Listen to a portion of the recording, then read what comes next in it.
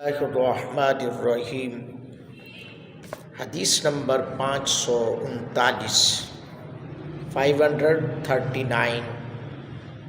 امام جس حالت میں بھی ہو، یعنی امام کو اگر سجدے کی حالت میں پائے تو آنے والا نمازی کیا کرے، اس کے بارے میں کیا حکم ہے۔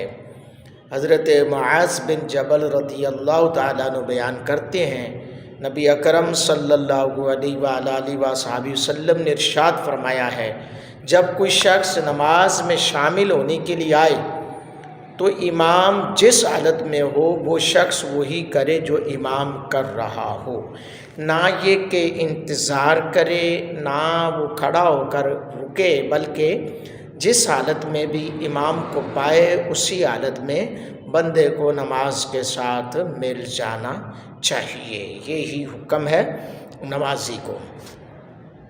عموماً یہ ہوتا ہے کہ کوئی شخص مسجد میں آئے اور امام کو حالت یا رکوع میں پائے تو جلدی سے جماعت میں شامل ہو جاتا ہے۔ جب امام حالت سجدہ میں ہو تو رکعت فوت ہو جانے کی وجہ سے وہ جماعت میں شامل نہیں ہوتا۔ یعنی کہ بعض اوقات یہ ہوتا ہے کہ بندہ امام کو حالت رکوع میں پاتا ہے تو جلدی سے اس میں شامل ہو جاتا ہے، ورنہ اگر سجدے میں ہوتا ہے تو وہ شامل نہیں ہوتا، بلکہ کھڑا ہو کر انتظار کرتا ہے۔ گویا حالت سجدہ میں شامل ہونا رکعت نہ ملنے کی وجہ سے فضول ہے، گویا وہ یہ سمجھتا ہے۔ یہ طریقہ کار غلط ہے، بلکہ امام جس حالت میں بھی ہو اس کی اقتداء کرتے ہوئے شامل ہو جائے۔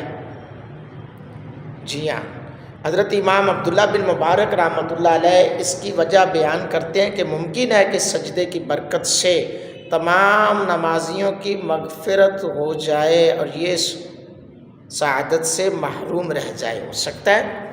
جی ہاں، تو اس لیے جس بھی حالت میں بندے کو نماز ملے اس میں مل جانا چاہیے۔ اللہ تعالیٰ ہم سب کا حامی و ناصر ہو، نبی رحمت صلی اللہ علیہ وآلہ وصحبہ وسلم کی سیرت پہ عمل کرنے کی توفیق عطا فرمائے، آمین۔